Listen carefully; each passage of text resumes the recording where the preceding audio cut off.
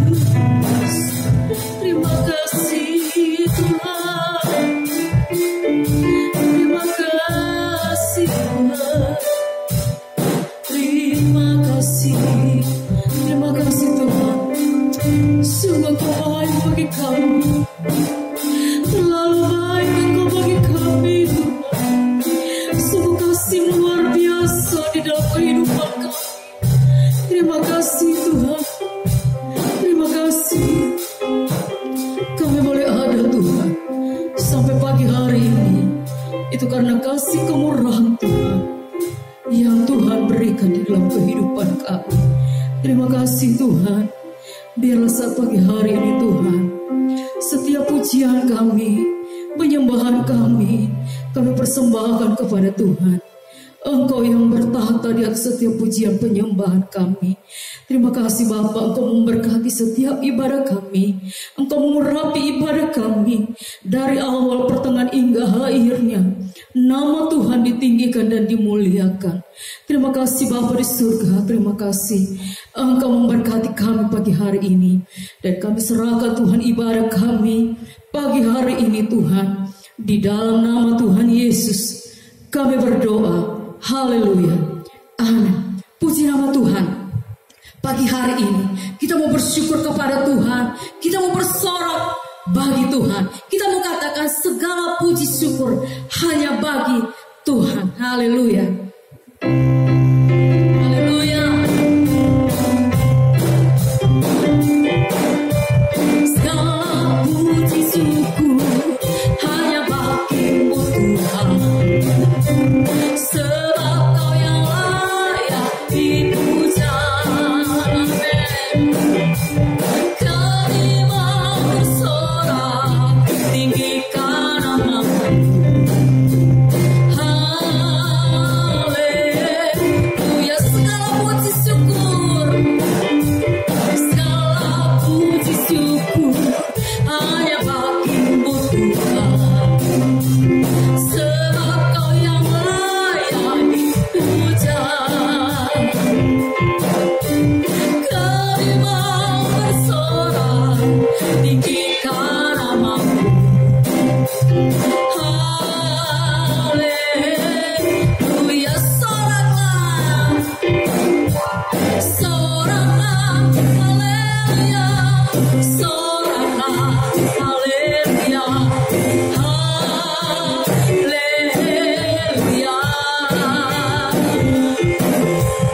Soraklah, haleluya. Soraklah, haleluya. Haleluya. Segala puji syukur, segala puji syukur hanya bagi-Mu Tuhan. Sebab Kau yang layak dipuja. Kami mau bersorak tinggikan nama-Mu. Haleluya. Katakan soraklah, soraklah, haleluya. Soraklah, haleluya. Haleluya. Soraklah, soraklah, haleluya. Soraklah, haleluya. Haleluya.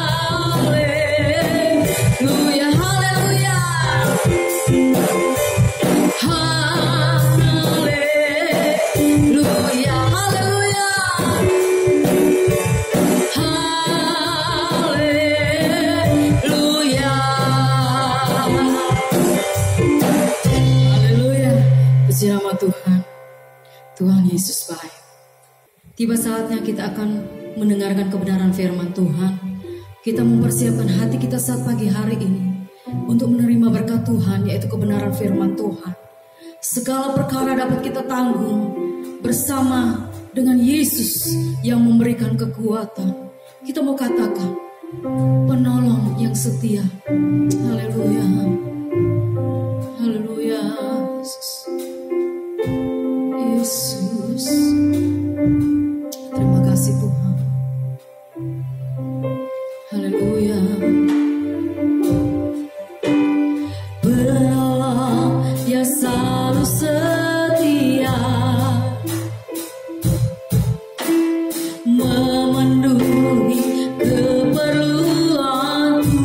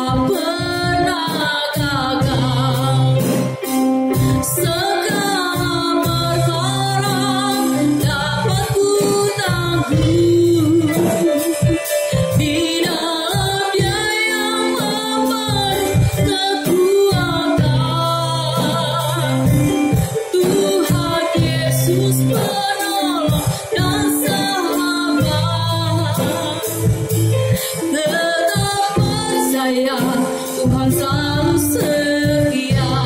Katakan penolong yang selalu setia. Haleluya. Penolong yang selalu setia, Dia memenuhi segala keperluan kami. Haleluya. Yesus tak pernah Dia mengecewakan. Yesusku tak pernah gagal segala perkara dapat ku tanggung di dalam Dia yang memberi kekuatan. Tuhan Yesus penolong dan sahabat, tetap percaya, selalu setia, tengah segala perkara dapat ku tanggung di dalam Dia yang memberi kekuatan. Tuhan Yesus, Engkau penolong dan sahabat kami, tetap percaya. Yesus, dan sungguh segala perkara dapat ku tanggung di dalam Dia yang memberi kekuatan. Tuhan Yesus penolong dan sahabat, tetap percaya, Tuhan selalu setia. Tetap percaya, Tuhan selalu setia. Tetap percaya, Tuhan selalu setia. Haleluya. Yesus, Yesus, haleluya, haleluya, benar Tuhan. Haleluya, Kau sumber kekuatan, Engkaulah kami, Engkau Tuhan kami. Haleluya, Yesus, terima kasih Tuhan. Haleluya, Yesus, Yesus Tuhan. Terima kasih Tuhan. Terima kasih Tuhan. Haleluya, haleluya, haleluya. Terima kasih Tuhan. Engkau penolong yang selalu setia di dalam kehidupan kami Tuhan. Engkau tahu apa yang menjadi setiap keperluan kami. Engkau tahu apa yang menjadi setiap kebutuhan kami umat-Mu Tuhan. Segala perkara dapat kami tanggung ketika kami boleh bersama dengan Engkau Tuhan. Engkau memberikan kekuatan bagi kami, umat-umat-Mu ya Tuhan. Terima kasih Tuhan, terima kasih. Engkau Tuhan layak ditinggikan, Engkau layak dimuliakan ya Tuhan. Terima kasih Yesus, terima kasih. Biarkan kami tetap percaya Tuhan, biarkan kami tetap kuat di dalam Tuhan. Terima kasih Yesus, terima kasih. Sebentar kami akan menerima kebenaran firman-Mu. Biarlah firman-Mu Tuhan mengambil alih setiap hati dan pikiran kami. Terima kasih Tuhan, terima kasih. Siapkan pendengaran kami untuk kami menerima kebenaran firman-Mu. Biarlah pendengaran kami pendengaran yang baik. Boleh kami menjadi Tuhan anak-anak-Mu yang diberkati oleh Tuhan. Terima kasih Tuhan, terima kasih. Hamba-Mu yang Kau percayakan menyampaikan kebenaran firman-Mu. Otoritas Allah menguasai hamba-Mu.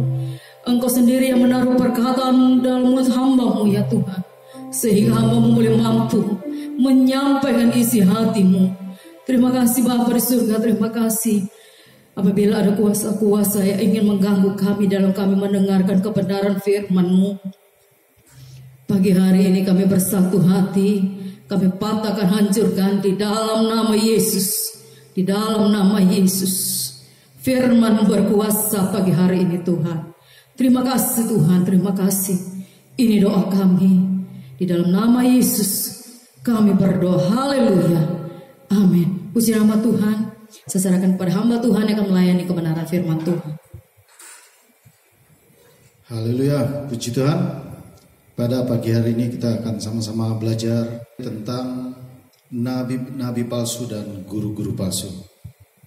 Pada zaman sekarang ini sangat mudah untuk kita mendapatkan firman Tuhan, untuk belajar firman Tuhan, untuk mendengarkan firman Tuhan. Bahkan banyak sumber yang bisa kita dapatkan, yang dapat kita akses untuk mendapatkan firman Tuhan, ya. Namun saudara-saudaraku yang terkasih dalam Tuhan,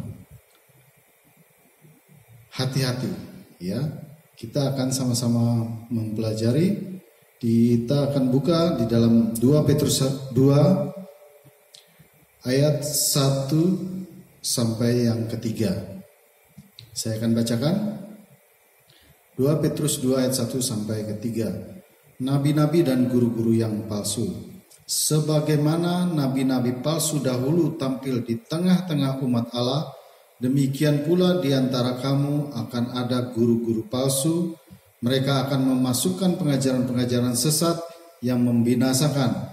Bahkan mereka akan menyangkal penguasa yang telah menebus mereka. Dan dengan jalan demikian segera mendatangkan kebinasaan atas diri mereka. Banyak orang yang akan mengikuti cara hidup mereka yang dikuasai hawa nafsu, dan karena mereka jalan kebenaran akan dihujat. Ayat ketiga, dan karena serakannya guru-guru palsu itu akan berusaha mencari untung dari kamu dengan cerita-cerita isapan jempol mereka. Tetapi untuk perbuatan mereka itu hukuman telah lama tersedia dan kebinasaan tidak akan tertunda. Ya, kita melihat di sini tentang nabi-nabi dan guru-guru yang palsu. Ya, dari pembacaan kita akan mempelajari, ya, bagaimana cara kita untuk mengetahui nabi atau guru yang palsu tersebut. Ya. Kita melihat di dalam ayat 1 dikatakan bagian B, mereka akan memasukkan pengajaran-pengajaran sesat yang membinasakannya. Yang pertama, cara kita untuk mengetahui nabi dan guru palsu adalah, pertama, mereka itu pastinya akan memasukkan pengajaran-pengajaran yang sesat, ya, pengajaran-pengajaran yang tidak sesuai dengan firman Tuhan, tidak sesuai dengan kebenaran firman Tuhan. Ya, seperti apa kita melihat di dalam Kejadian 3 ayat 4 dan 5. Tetapi ular itu berkata kepada perempuan itu, sekali-kali kamu tidak akan mati. Tetapi Allah mengetahui bahwa pada waktu kamu memakannya, matamu akan terbuka dan kamu akan menjadi seperti Allah, tahu tentang yang baik dan yang jahat. Ya, jadi di sini mereka memasukkan ajaran-ajaran yang sesat. Kita melihat di sini bahwa iblis memakai ular, ya, untuk mengubah arti atau maksud yang Tuhan berikan dalam firman-Nya, ya. Kita melihat kalau di ayat ketiga, tetapi tentang buah pohon yang ada di tengah-tengah taman Allah berfirman, janganlah kamu makan ataupun raba buah itu, nanti kamu mati. Tetapi apa yang iblis atau ular itu katakan, sekali-kali kamu tidak akan mati, ya. Di sini kita melihat mereka memasukkan, ya, dengan jalan memasukkan pengajaran-pengajaran yang palsu, ya. Di sini kalau kita melihat bahwa ular itu mengubah arti, ya, mengubah apa maksud dari firman Tuhan itu sendiri ya. Dikatakan sekali-kali kamu tidak akan mati. Padahal secara di dalam firman Tuhan itu Tuhan berkata kamu mati ya. Tetapi ular itu berkata sekali-kali kamu tidak akan mati. Dan bahkan dikatakan saat kamu makan buah itu kamu akan menjadi seperti Allah, tahu tentang apa yang baik dan jahat. Ya. Kalau kita melihat di ayat 6, perempuan itu melihat bahwa buah pohon itu baik untuk dimakan dan sedap kelihatannya. Lagi pula pohon itu menarik hati karena memberi pengertian. Ya. Akhirnya apa? Perempuan itu tertarik ya, karena sudah dibilang ya, sekali-kali kamu tidak akan mati. Ya. Mengubah apa yang Tuhan sudah katakan ya, kamu mati, tetapi dikatakan sekali-kali kamu tidak akan mati. Ya, bahkan kamu akan menjadi seperti Allah, tahu tentang yang baik yang jahat. Itu menarik hati perempuan itu ya. Kalau kita melihat di ayat 1 ya, adapun ular ialah yang paling cerdik dari segala binatang di darat yang dijadikan oleh Tuhan Allah.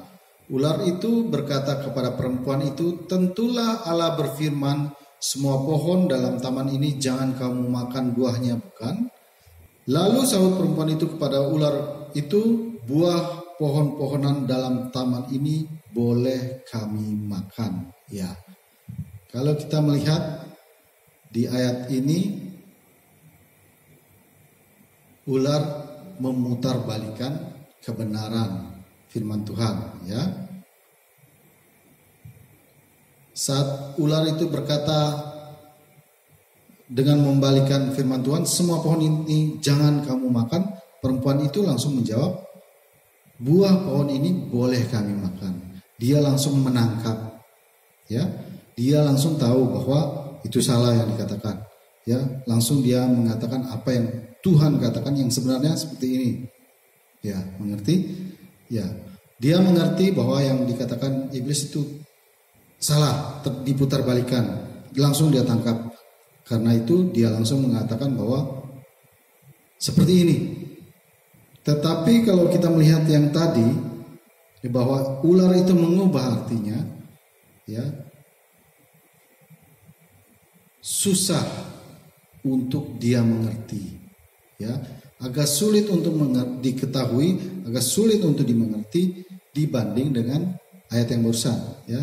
Karena kalau ini nyata dibalikkan, tetapi kalau di ayat yang keempat tadi, sekali-kali kamu tidak akan mati, diubah pengertiannya oleh iblis, ya, sehingga selanjutnya akhirnya perempuan itu menarik, ya, merasa tertarik dan melakukan suatu kesalahan, ya, melakukan dosa, melanggar apa yang Tuhan tetapkan. Karena apa?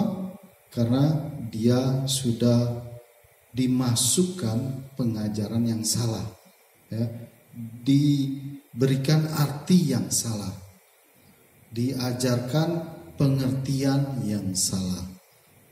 Ya, kita melihat di dalam Kejadian 2 ayat 16 dan 17. Lalu Tuhan memberi perintah ini kepada manusia, semua pohon dalam taman ini boleh kau makan buahnya dengan bebas.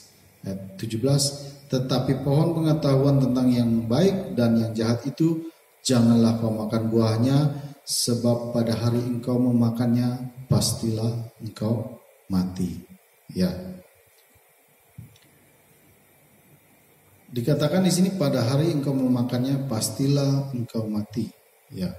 Kematian yang mereka alami adalah kematian secara rohani, yaitu terpisah dari Allah. Ya, karena di dalam Kejadian 3 ayat 23 Tuhan Allah mengusir mereka dari Taman Eden. Ya, ada pemisahan, terpisah dari Allah. Ya, ada kematian secara rohani, dan juga mereka mengalami suatu kematian secara jasmani, yaitu pada Kejadian 5 ayat 5 sana dikatakan bahwa Kejadian 5 ayat 5, jadi Adam mencapai umur 930 tahun lalu ia mati. Ya, 930 tahun lalu ia mati. Nah, kalau kita melihat di Kejadian 2 tadi dikatakan pada hari engkau memakannya engkau akan mati. Tetapi di dalam Kejadian 5 ternyata sampai 930 tahun baru ia mati. Ya. Coba kita bandingkan di dalam 2 Petrus 3 ayat 8. Akan tetapi saudara-saudaraku yang kekasih, yang satu ini tidak boleh kamu lupakan, yaitu bahwa di hadapan Tuhan satu hari sama seperti 1000 tahun, dan 1000 tahun sama seperti satu hari. Ya, jadi kita bisa melihat bahwa pada hari kamu memakannya kamu mati. Ya, umur Adam adalah 930 tahun. Ya, dan di hadapan Allah satu hari sama dengan 1000 tahun. Ya, jadi belum sampai 1000 tahun, belum sampai satu hari, dan pada hari itu juga dia mati. Ya. Kemudian bagaimana cara kita untuk mengetahui nabi dan guru palsu? Yang kedua adalah di dalam 2 Petrus 2 ayat 1 tadi bagian B. Bahkan mereka akan menyangkal penguasa yang telah menebus mereka. Ya, mereka akan menyangkal ya penguasa yang telah menembus mereka. Mereka sudah ditebus, mereka sudah diselamatkan, tetapi mereka berbalik, mereka tidak setia, ya. Bahkan mereka dikatakan menyangkal penguasa, menyangkal sang juru selamat itu sendiri. Ya, pertama mereka memasukkan pengajaran-pengajaran yang sesat. Kedua, mereka menyangkal penguasa yang telah menembus mereka.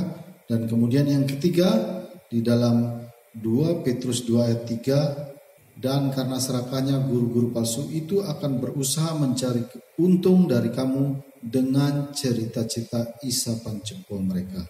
Ya, jadi ciri yang ketiga, cara kita mengetahui nabi dan guru yang palsu, mereka akan mencari untung dengan cerita isapan jempol, dengan cerita-cerita yang bohong, dengan cerita-cerita yang palsu, dengan cerita-cerita yang tidak benar.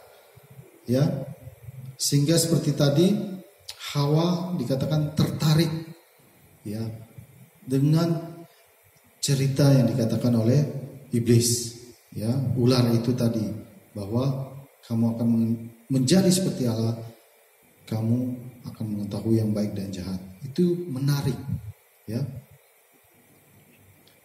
ya, sehingga itu yang membuat orang-orang itu mudah untuk tersesat.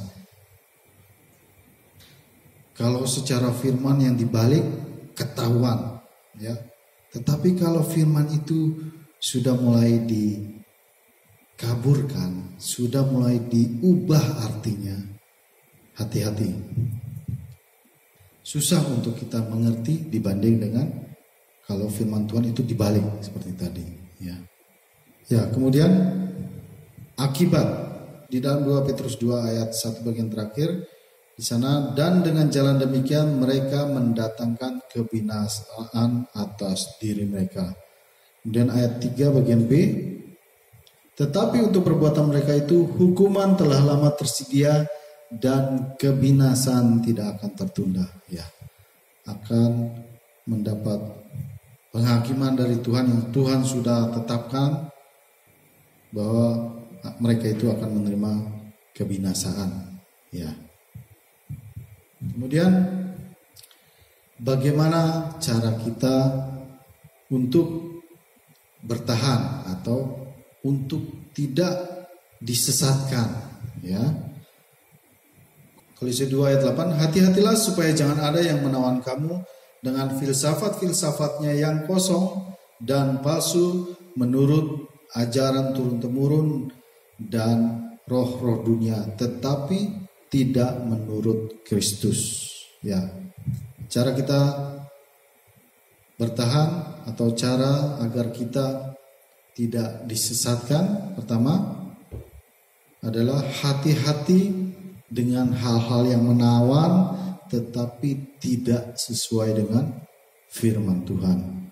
Kemudian yang kedua, kita buka di dalam 2 Petrus 1 ayat 5 sampai 10. Saya akan bacakan 2 Petrus 1 ayat 5 sampai 10.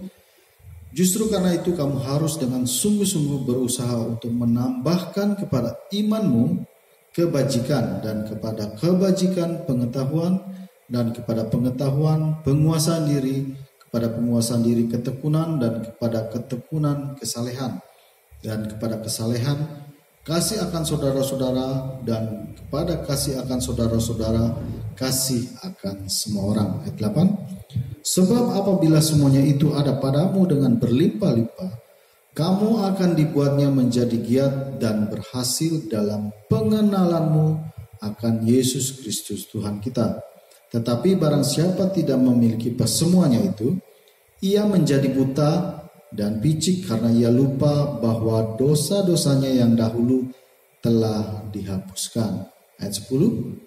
Karena itu saudara-saudaraku, berusahalah sungguh-sungguh supaya panggilan dan pilihanmu makin teguh. Sebab jikalau kamu melakukannya, kamu tidak akan pernah tersandung. Ya. Jadi di sini cara agar kita tidak mudah disesatkan, ya. Cara kita bisa bertahan adalah belajar dan melakukan firman Tuhan. Ya. Kita harus menambahkan pengetahuan kita tentang firman. Dan bukan hanya itu saja, kita juga harus hidup menurut firman Tuhan itu. Kita harus melakukan firman Tuhan itu. Menambahkan firman dalam hidup kita dan melakukannya. Ya. Sama seperti kita untuk hidup, untuk tetap bertahan, ya, kita perlu makan, ya kan? Tidak cukup kita makan hanya seminggu sekali, seminggu 2 kali, ya. Kita makan setiap hari, ya. Demikian juga kita harus menambahkan firman dalam kehidupan rohani kita, sehingga kita tidak mudah disesatkan oleh pengajaran-pengajaran yang palsu. Ya. Demikian firman Tuhan pada saat ini. Tuhan Yesus memberkati kita semua.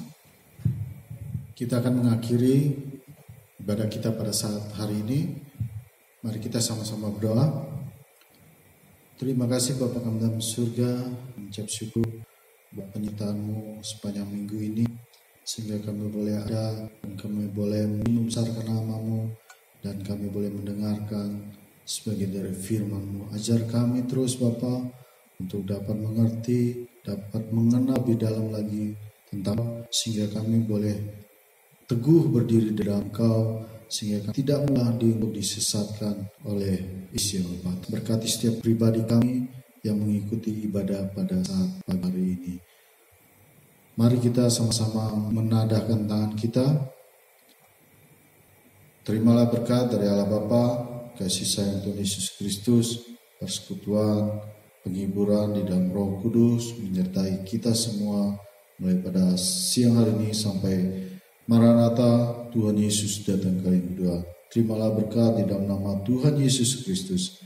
Haleluya. Amin. Selamat hari Minggu, Tuhan Yesus memberkati.